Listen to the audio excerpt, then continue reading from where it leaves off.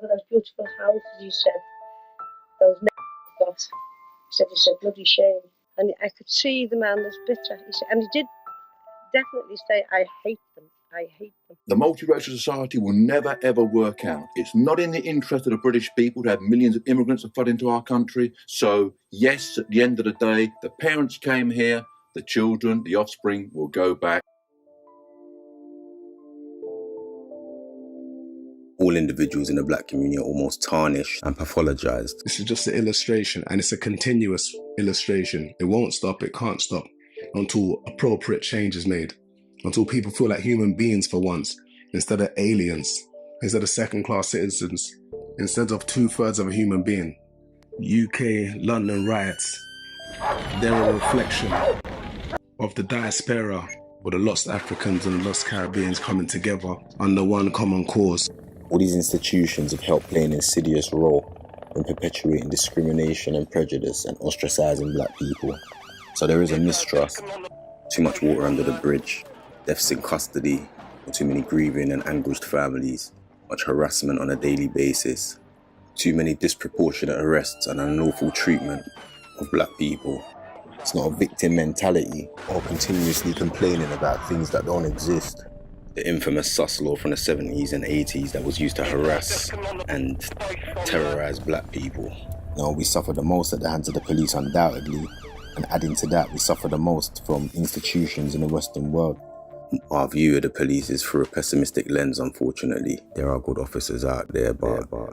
Do you honestly believe that a white, middle-aged couple going about their business on a Tuesday afternoon would have been treated in the same way? Why? I mean, when I think about it, there are a lot of privileges. I can see that, like when I talk to my black friends, there are a lot of privileges that I get that they don't. White means individual variety, and black is still a generalisation. That as a white person, as opposed to being a black person or a person of colour, I was very privileged that I don't experience that level of oppression nor of racism. No, you've done that by stopping us. Of stereotyping and discrimination.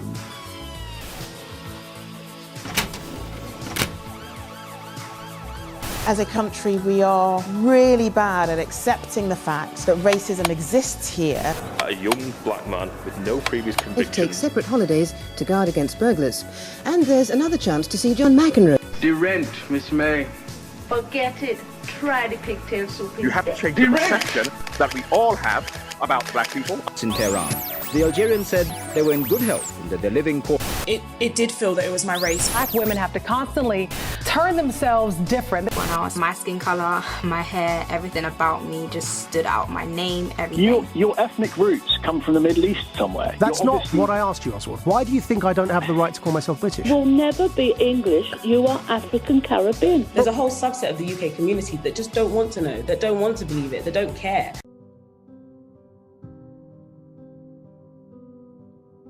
Who knows what's happened to them on their journey and their experience, why they've now got this mindset of treating me differently because of something that I can't control. I couldn't control the skin colour. And for me, most of the jobs I've had, I've worked in government bodies, and majority of the time I am the only black man in the room. I walk in and they'll all look at me like, oh my God, what's he doing here, kind of thing. Yes, what are we doing here? Do we have to be here or do we choose to be here? There's a disease out here that has caused a lot of confusion, that even taking the cure for it doesn't stop it. But what disease has ever been stopped? As a black human being, I and millions of others have a disease, and this disease, like many others, some are created and some are natural. Some people can catch it, but let's just assume this disease sees black people as public enemy number one. For centuries, this plague, this virus, this has never been cured, but people have tried. People have died trying. I mean, this virus went in, variants went out the roof. The different types of variants that were mutating, the disease actually got creative, adapted, evolved, had to be contained, controlled, because we couldn't have the people that created it catch it, surely. There's comparisons of us compared to animals, because we possess the animalistic leaping ability to strength and power.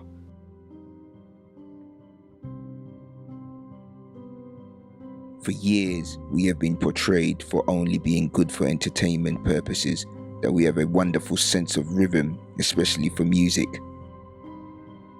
Our features mocked, big rubber lips, big bum, big nose. Everything on us was big, deemed unattractive, not humane like. Why is that? Why was that? Because now it's okay to have big lips and big bums now. People are having it done with injections, creating bigger features unnaturally. Isn't that the less humane like? Isn't that deemed unattractive? Because Sarah Bartman, the Black Venus, wasn't cured. Where was the cure for her when she was put on stage as some sort of freak show attraction because of her features? Marketed as the missing link between the man and beast, raping her and all sorts. After she died, she was kept as an artifact for people to still view her dead corpse. This entity that creeps into people's heads and preys on the young and weak minds, its negative viewpoint on black people will tell you, for crying out loud, you're still talking about racism. Allow it, man. You're still protesting. Can't you just do it at home? And stop hating on the police doing their jobs with the stop and search. It keeps us safe. How can we verify who you are, sir? Why can't you just trust them for once? Racism is dead. Slavery ended years ago, so we deserve the credit for ending that. Put some respect on our name. Racism only exists because you keep bringing it up. I mean, who else brings it up if it ain't you lot complaining about it all the time?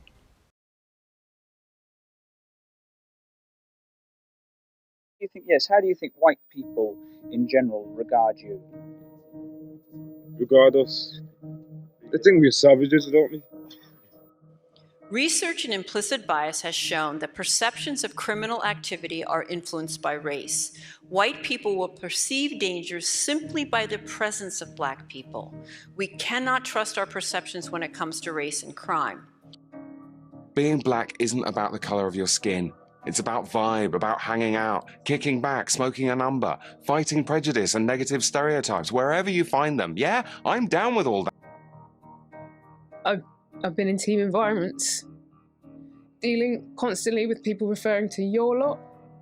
I noticed as soon as I walked into the world of cricket, I had comments about where I grew up and that the fact that I had a long name, maybe my mum didn't know who my dads were, about my hair, about body parts, especially the derriere, shall we say.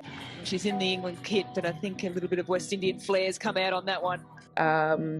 About the food I ate and that it sort of stank. It was just constant. Did I wash my skin? Everyone in your area gets stabbed. All these sort of things were drip feed constantly. One of the hardest things to evidence is subconscious racism. It's the hardest thing to evidence because you're trying to talk about a person's thought process and how they've come to their conclusion. And how do you bring evidence of the conditioning that a person has been brought up with? I wanted to show black people in a positive light because just yesterday I took my son to the park and this woman was clenching her bag like as if I was gonna, grab her bag and run off. And it's a contextual thing. Because if you are sick and the door swings and the biggest rugby build looking black man walks in, as long as he's got a white coat and a stethoscope, where do you want me to roll it off, doctor? That same guy in his t-shirt and jeans going Tesco, let me cross the road.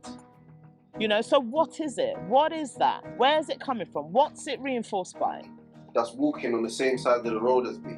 She's looked back and she's now seen that I'm a black man, yeah? And she's moving digital, like, so because I'm a nice guy, I'm gonna cross the road because I don't want her to keep thinking there's a black guy behind me following. So I'm courteous, I'll walk across the road. But then when there's like a couple, yeah, and they're walking on the same side of the road as me, and I hear them say, oh, there's one of them behind me, and then I'm looking behind like, bro, who's behind us? Like, who's this? Oh, it's me. I'm one of them. Oh, okay, all right, cheers. Now I'm the rest of my day I'm like, bro, like one of them. I'm one of them, innit?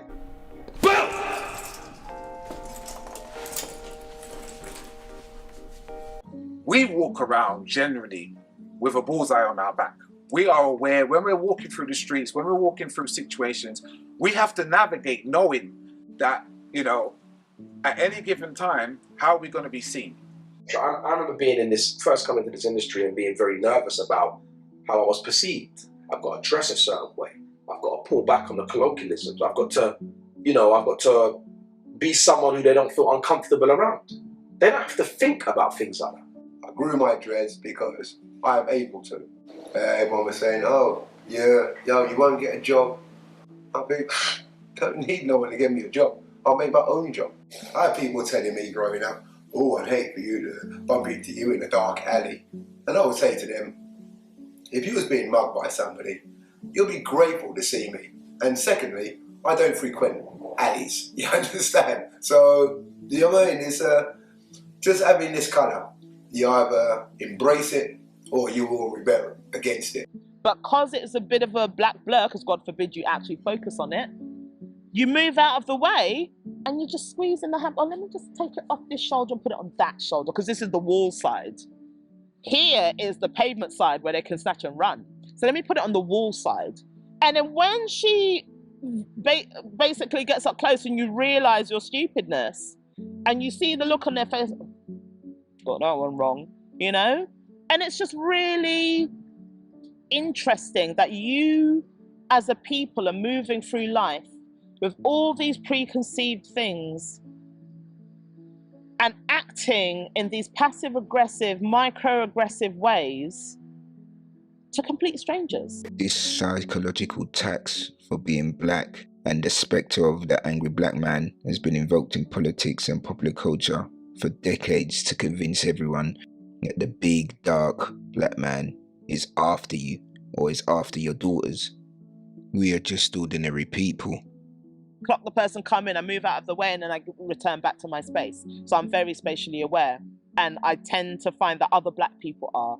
But white people, oh my God, there's a gang of blacks out into the traffic, back onto the other side of it. It's so exaggerated. It's so unnecessary. I've never been a gang member in my life, but I've been called a gang member throughout my whole life. I've never been a gang member. Do I know the areas that I come from? Am I from Hackney? Am I from all of the estates? Do I know everybody? Do I understand what's going on? Of course. But because I'm aware and have an understanding of my circumstances and the atmosphere, the environment, that don't make me a gang member.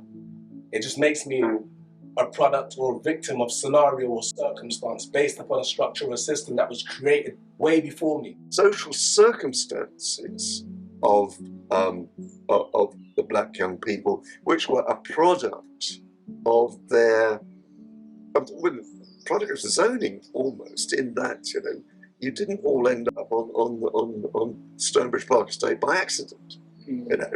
They didn't all, where I know, they didn't all end up on the Priory Court Estate by accident. And because we all know when we go to Hackney or down the road to Brixton or wherever we go, we know where the black families live. They didn't arrive there by accident. And it's a result of those circumstances. And then, of course, if you live there, if you live in the wrong place, getting a job is harder because you come from Stonebridge. You come from you come from the big estates in Brixton. Well, hang on, who are these guys? We know about that. So you have this cumulative disadvantage which emerges from the social and economic predicament of these young people. I say this to people now. There was more chance of someone saying to you, here's a 4.5 to you to come and check me, than someone saying to you, here's a job, I could give you employment. And that's just the reality of the environment we're in, is that we're all there because we're poor. It's the one thing we have in common when you're in the hood. So the white boy, the Asian boy, everyone's broke. That's the thing in common. That's why we're there, if that makes sense. So in that sense, and I think that's why racism didn't feel anything in that place, because we technically were all the same class anyway. Are you with me? And there were definitely white boys in my school, and you definitely know one of them, who had it harder than us. Yeah. In terms of what the environment they came up in and what was clearly going on in the home. Because I don't remember, you or I or any other black boys that came into school and never had a bath. I don't remember that. Do you get what I'm saying? Or there's clear displays that you're not being looked after and the hygiene is bad. So I look at that and I say to myself, you was having it harder than all of us, and you were white. I think black females have a much easier time than black males. And raising two children, a male and a female child, I've kind of seen it for myself, you know, the two pathways. Males are much more affected than females. And I think it's because of what they're up against. You get on the semi-full bus. The white ones, they kind of get a hint of something brown's over there, so all of a sudden this window pane is really interesting. Look at this floor, you know, because that bag is not moving for anyone brown. Not moving at all. These opinions, these convictions, these belief systems, where did they come from? Who gave it to them? Because black people don't say what we are or who we are. We are almost told who we are. We are told what we are on a consistent basis. It's very unfair, but it was legal to be unfair. The stereotypes and the stigmatizations and these viewpoints, these bent opinions and broken perspectives, they are normalized. Went back to looking at The Fire Next Time by James Baldwin. And in it, he says something like, black men and white men walk down the same streets, but they're in two different worlds. And I thought, actually, yes, there are different worlds here. That's okay. I said, right, I want all the black people to go into groups and talk about what it's like to be black in England. And then I want all the white people to go into groups and talk about what it's like to be white in England. And the black people, we couldn't stop them. It's like you lot. Black people, we couldn't stop them. The white people, we couldn't start them. They'd come up and say, can you sorry, what's the exercise again? Yeah. I said, you just, all you're going to see is just, what's it like to be white in England? And I began to realise what it was, that black people went to places where there were other black people and tended to avoid places where there weren't other black people. And I think it was, and the penny dropped very gradually, it was that there was a thing called white privilege that I was completely unaware of, Indian, Chinese, Nando's, they're not of this land, you know. So why is it that you can enjoy it temporarily on holiday, you enjoy it as your takeaway, your Friday night treat, but actually, where it comes from? Nah. Who cooked it? Nah. Whose hand is behind it? Can't come in here. What is that? That's such a disconnect to me I'll never ever understand. So aversive racism is a form of what sociologists call new racism, right? And so it's racism that progressive whites are most likely to hold, but because it conflicts with our identities as good people, we're most likely to be in denial about it. Do you think that all of the white people in any business you've worked in know your struggles? Know that when you turn up to work, you've got to think about things that they have never had to think about before. They don't know that. They don't know that you had to make sure you didn't get stopped by the police en route, and you've got to think about that. They don't know that you gave consideration to what you was going to wear today to not offend them. We with the privilege, we with the people that don't even have to think about what it's like to be white in this country, because we don't need to think about it, because it's all built around us. We have to start to think about what would it take, what would have to happen in our world to be inclusive.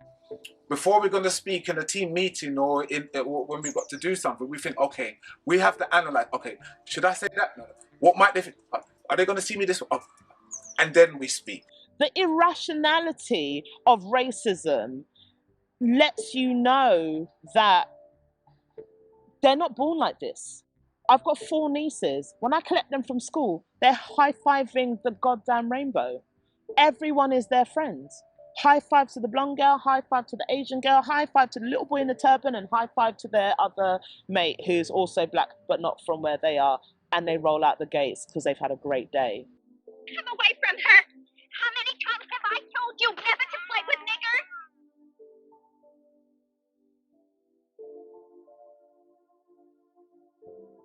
At what point does Mr. Turban become and little blonde girl become You know, it really breaks my heart that the environment is telling them mistrust, mistrust, mistrust, mistrust. When you're young and you don't really know what's happening and you can't articulate your feelings.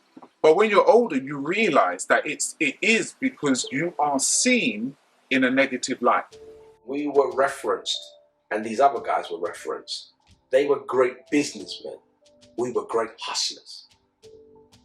We do the same thing, but the perspective, we're viewed differently because you still can't give us equal billing. Casual race talk is a key component of white racial framing because it accomplishes the interconnected goals of elevating whites while demeaning people of color. Race talk always implies a racial us and them. And I was the one black assistant, all the other assistants were white. And it was talking about tans and talking about growing their hair out. And that's fine if you turn around to me and kick a relevant question in my direction. But because they couldn't relate and they couldn't calibrate the brain or didn't want to find out a little bit more about me, I just wasn't a part of that conversation. So it became very kind of targeted. We could talk about anything, but we're going to talk about things that mainly pertain to us. Their biggest success is our biggest success. But we've then got a whole next other bunch of stuff that we're successful at, which you don't have. But they're businessmen and we're hustlers. We know when someone's trying to pull some bullshit on us. We know when someone's deliberately mispronouncing our name, staring at the afro, staring, if we're curvy, staring at whatever's hanging out of the trousers or whatever's coming out over the top. We know when all of that is happening. We don't always confront it, but we know when the eye lowers or when the eye goes behind or when the eye's like, what are you doing in this meeting? We clock it all. Not many people are good at a poker face. They reveal themselves and then they reel it back in. I won't name the prison, but I was working, and because I was a civilian staff, so I had no uniform, I was standing up waiting for one of my clients, and I was resting on the rails. And an officer just came up to me and said, "Get in your cell." And I looked at him and said, "What?" He said, "Get in your cell." And I looked at him again, and I pulled up my badge and just looked away. But immediately, the initial response was, he has to be a prisoner. It can't be a black person working. Well, I was at an award ceremony on the South Bank, stood in the foyer. A man walked past the guy who was stood in security outfit, walked straight to me in my suit and said, "Where's the cloakroom?" I said, "It's probably there next to your casual racism." Good afternoon. I'd like to make a deposit. Oh, this is for business clientele. The regular line is out there. Miss, another martini. Oh, hell no, I know she ain't talking to me. Actually, she doesn't work here. Excuse me, miss. Oh, I'm sorry, I don't have any money. No, I'm just trying. I don't even have any cash. I'm trying to find First and Traction. I think my Uber dropped me off in the wrong place. I'm supposed to DJ in like 15 minutes. Oh, my. Yeah, not asking for money. Let that sink in a little bit. I'm so sorry. Do you know where it is or not? It's interesting in the confidence in the assumption based on the appearance that it's impossible for you to be that type of level, and it's impossible for you to be in that type of quality space. Environment and society's constant programming, it doesn't allow you to even think for yourself. Yes, welcome to our family. Thanks a lot, buddy. Thanks.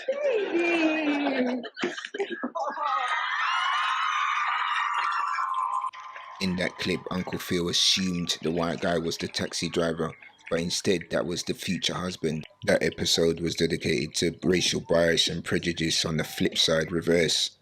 There was an occasion where I was the first to turn up for a meeting. Some guests came in, the assistant plonked the guests down. I was already sitting in there. The person was sitting there for a while, and they said to me, "So are we going to get any teas or coffees?" And I turned around to them and said, "I don't know. Do you want to call someone?"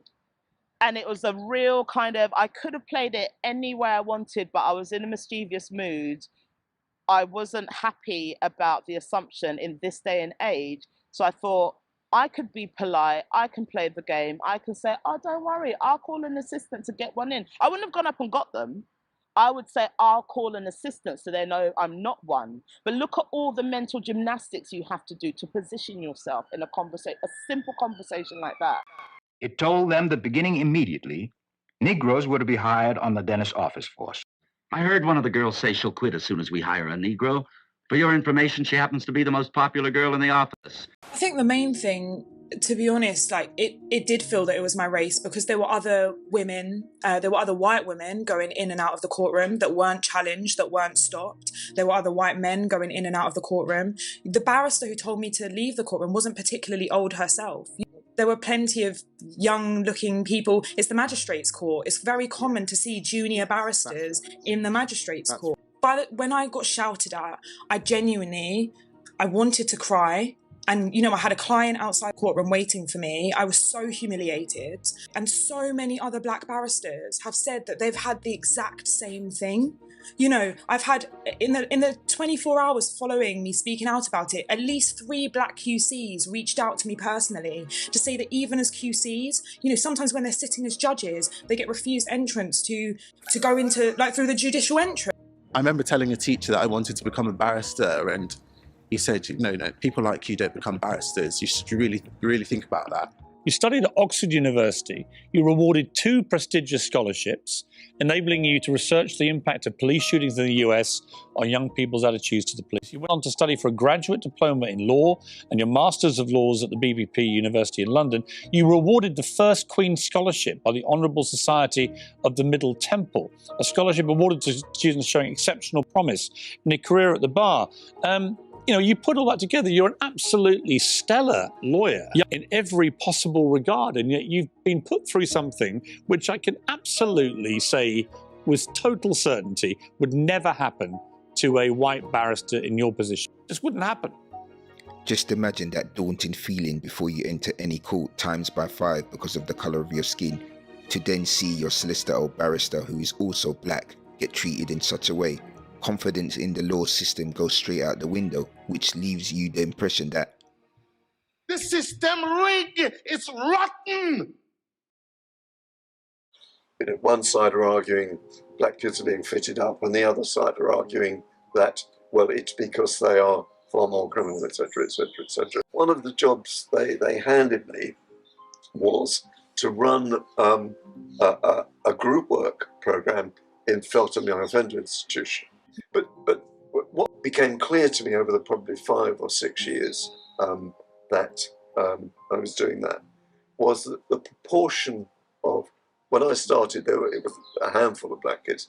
When I finished, it was predominantly black young people. And something was happening. Now, I can't tell you quite what was happening, but it was a kind of critical mass of black young people were I suppose the children of Windrush in a way, or the grandchildren of Windrush, were reaching an age, and they were coming through the justice system. Or include things like, you know, class, race, gender, because when we talk about these issues of violence, let's be real, the people that are in the red, what I would say, in terms of these issues, is predominantly young black males. But the media would like us to believe that it's only one particular issue or one particular group of people that are affected by those particular issues. With the more black men that are in prison, and then a son doesn't have the father there, the role model, the example, then they have to go to somewhere else to find that. And quite often, it's the wrong person. It's the wrong places. It's the wrong faces. And so we have this repeated recycle. You know, I remember when I was growing up, there was very few people that I knew that their mum and dad lived together. You know? And it's probably, if you looked at it now, it's probably even worse. And as we now know, at this point in young offender institutions, more than half the young people in there are ethnic minority. But this was, you know, this was the beginning of a trend which has continued from that day forth. This massive overrepresentation. Now, you know, it isn't simply that there is racial prejudice. But racial prejudice, it seems to me, plays a very significant part in this. You know, so we wanted to look at the differential treatment of black and white young people in the youth justice system in South London, and the place we could get some data for, and the Home Office was really resistant, but we ended up being able to get the data through the back door via a voluntary sector organisation. But when we talk about systematic racism, that's a problem, because that would inherently require greater change a greater overhaul of certain systems. And again, England prides itself on tradition. It's the one thing about England, it prides itself on doing things a particular way, with a particular class system, with particular families. That is the legacy of England. So they're not trying to change that. They're not trying to bend that. And again, one thing with black people in the diaspora, and I say that outside of their native countries, is that we're having to make up a culture. That's what some of the young boys are saying. Yes. So, and what a culture is supposed to do, is supposed to be your problem-solving toolkit. Yeah. It's supposed to be what you go to rely on to solve your problems, whether it be, it reinforces getting an education, it reinforces you wanting to get a job or do business a particular way, it reinforces you doing business with people from your community. Once those things are initially shattered, which they have been for a long time in the black community through various reasons that we can go into later, now you start to create a problem where young people now, their problem solving skills for these issues becomes warped. And again, the powers that be know this and create pathways that naturally take them into places of criminality. Black young people were getting longer, so proportionately longer sentences, or more severe sentences than white young people, which was generally the case. But also, if they were youngsters who were out of the borough, who came into the area to commit their crimes, or if they came down from Scotland or if they came from Ireland, they too would get disproportionately large, longer, more severe, longer sentences. And it was, so what seemed to be going on was that the bench was very intolerant of people who came into their area to commit crimes. But within that category, they include all the black kids who actually lived there, but were still seen as coming into their area. You see what I'm saying? Yeah. So it discriminated fairly. It discriminated against Scottish kids and Irish kids and black kids, but it discriminated unfairly since the black kids actually lived there. Yeah. So that was quite an early study, and subsequent studies have driven that point home. Yes, you know, it is not so that black kids never commit crime, and sometimes commit very serious crime, but it is the case. It is the case that there is discrimination hardwired into the system. I mean, if 41% of our youth prison population is from a black ethnic or minority ethnic background, that's heading to half of our prison estate. And I think the worst thing about it is the reoffending rate. 46% reoffending means that, frankly, the system isn't really working because people are coming back. So there are big questions about what's happening in our youth prison. One thing I will say, yeah, working in the prisons, it is the last place I would ever want to go.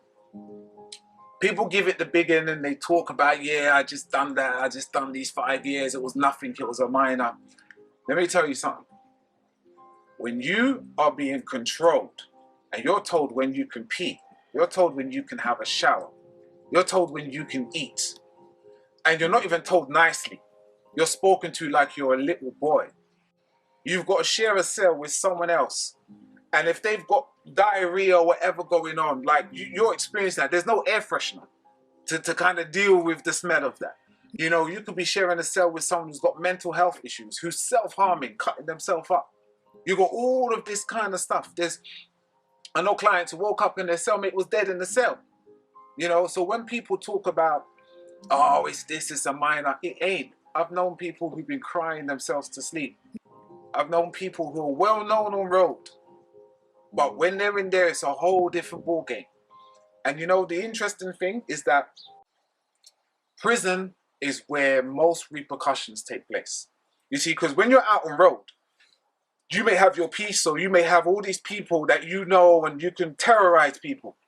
But when you get inside there, you may be meeting this person face to face or with their people that are in there. Rose a rose. Whoever draws the ace of spades is to go out and nick the first black they clap eyes on. I think what you've got is a small minority of officers who are out-and-out racists. You have a larger group of officers who wrongly stereotype black people as being criminals.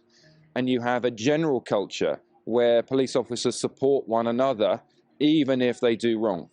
Or if you want to understand what it's like, you imagine that when you go out, you ask yourself, okay, if I see the police, how am I going to deal with this?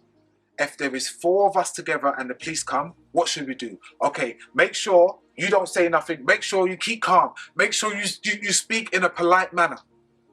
Knowing that you have to navigate through this every day. The theme to this, there's never been a likely, and there's never been an unlikely. It's always been a more than likely, or 4 times more than likely. To pass through or stay in the criminal justice system, to be excluded from school, to be stopped and searched, to be stereotyped. What evidence of this? You opened my car door, you opened my boot, you looked in my boot. That is a search. When the police stop and search you, it's not just the fact that they're stopping and searching, it's about how it's done. Brand new car, yeah, black guy, let's get him. That's exactly what I think it is. Every time, and it always gonna come back. You know what, handshake, all right then, sorry to bother you, see you. The child you need a police with meat wagon and 6 officers just to talk to. The reason I stopped you came out of the barns, with no offence to you, but you're a black male, okay? I'm not going to lie to you. How they talk to you in a derogatory way. He's always being yeah, that's your problem. What's your problem? They're trying to tell me I'm... I've been stopped and searched so many times. And, you know, no positive reason given, the way you're spoken to, the questions that you're asked like you're a criminal. And so you're guilty until proven innocent. Why? That there is no connection. Why would you think there's a connection to that? They said, why not knock that you're house not there? listening again. They have said that you paid them. When you look at the police brutality in America, in the States, they're the biggest gangsters over there. Police in general are the biggest gangsters. They have the power to do what they want, power to take you out, power to ruin your life, power to even kill you. And to the police, we're the most deadliest human beings on earth. You don't even have to have a weapon. You could be 11 or 9 years old. They're still using the same force that they'll use on a 30-year-old. With these things, there's always a history and you always have to go back to go forward. And I don't know what black people in the history have done to police or how it ever started for them to be this way. In these sort of things, education is key. I don't know how they get organized or mobilized. I don't know their training. I don't know their social skills between people or how to deal with people. The sheer thought of a black person is when approached, the mindset is and intent is aggression. It's on sight. Over here in the UK, it's different. It's the same in terms of the stop and search and the amount of black people that are incarcerated and that get arrested. But it's different in terms of the police being armed. Only Operation Trident deal with the guns or the terrorist police squads. From what I've learned, if the police had guns here in the UK, the fatalities would be more and brutal. Police officers! Come to the front door with your hands where we can see them! They could literally lick man down and think nothing of it and just go home for dinner as normal. M charges don't exist to them even after an unjust killing. UK isn't innocent in this unjust killings of black people under the police. It tends to happen when police use brutality or do an unjust killing. We protest. Nothing happens. And if anything does happen, it happens a decade later. Inquests happen, MPs get involved, media gets involved. The whole world knows what happened. The evidence is there, it's clear to see. But for some reason, it has to take like 10 years or 20 years for it to finally become justice. What I've also learned is the interaction with police in the UK starts from young. And I don't mean the police come into your school or into your class to talk about the policing. I mean literally getting stopped by police as a youngster. Yeah. I run, police officer stop me, push me on the car, make a lot of noise in what situation, where you running to, where you going, I'm trying to catch the bus, you know? They don't believe I'm trying to catch the bus, so they search me, and everybody walking past me, they're shaking their head at me like I've done something terrible. They don't know that I'm an 11-year-old boy running to catch the bus to go to my foster home. Like, we always fit the description, no matter what. It could be any of us, like, you know, there's plaits, there's dreads, there's a hat, there's a skiffle, but we all are that description. It doesn't matter. It could be fat, it could be slim, it could be short, it could be tall. That's the description. What I knew about was police. That I knew as a kid in terms of how the police treated black men. Older than me, because again, I'm a child at this point, but observing, you know, how they may treat my brother and his friends, or this one might have got beaten up by the police, or that one might have got beaten up in Stockton police station. I was very aware that the police weren't with us and the police were very much against us. I was aware of that as a kid. If you, as someone who's being stigmatized, judged, and criminalized, even though you haven't done anything wrong, when you highlight how that's affecting you, you're seen as the person who's got a problem, and you've got an attitude problem, and that's why the police are dealing with you now. You're 15 times more likely to be arrested and charged and kept in custody if you're black than you're white. More likely to be involved in an aggressive arrest and violence is used by the officer. Now we are 20 odd years later, and it's more or less the same. 7, 8, 9 police officers be on top of somebody who has already been handcuffed on the floor. As a black man, and I walk down the street, even though I know there's nothing wrong, I haven't done anything, I don't have a criminal record, there's no reason for me to fear, when the police go by, my antennas go up. I remember even in those days, a sense of dread when you heard a siren, you know, because you felt, boy, that means trouble. We both go to work, we both put in our 9 to 5, we make sure we do that. What is that? What could I have actually done to have made something like this happen? Why are they here? One of the comments the police officer even said when they came in, how did you get to have all these things? It's clear that in one of the statements they've written, they said we're living above our means. I'm like, how can you know we're living above our means? You don't know what I do.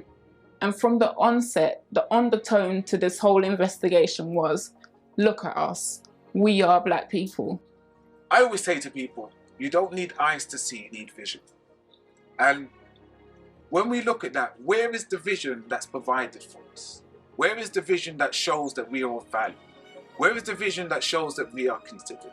You know, when we look at things like happened, Stephen Lawrence and all these things, and where it was clearly shown that they are institutionally racist. The police force, not one person, this is not about one rotten egg, that the police force are institutionally racist. So what leg do we have to stand on? So when it's predominantly that it's black people who are overrepresented being stopped and searched, why do we think that happens? That inevitable truth of when you have to explain to your child that more than likely you're going to experience negative energy because of the way you look. From when you can walk and talk, it doesn't care how old you are or how innocent you look. If you're black enough, you're old enough.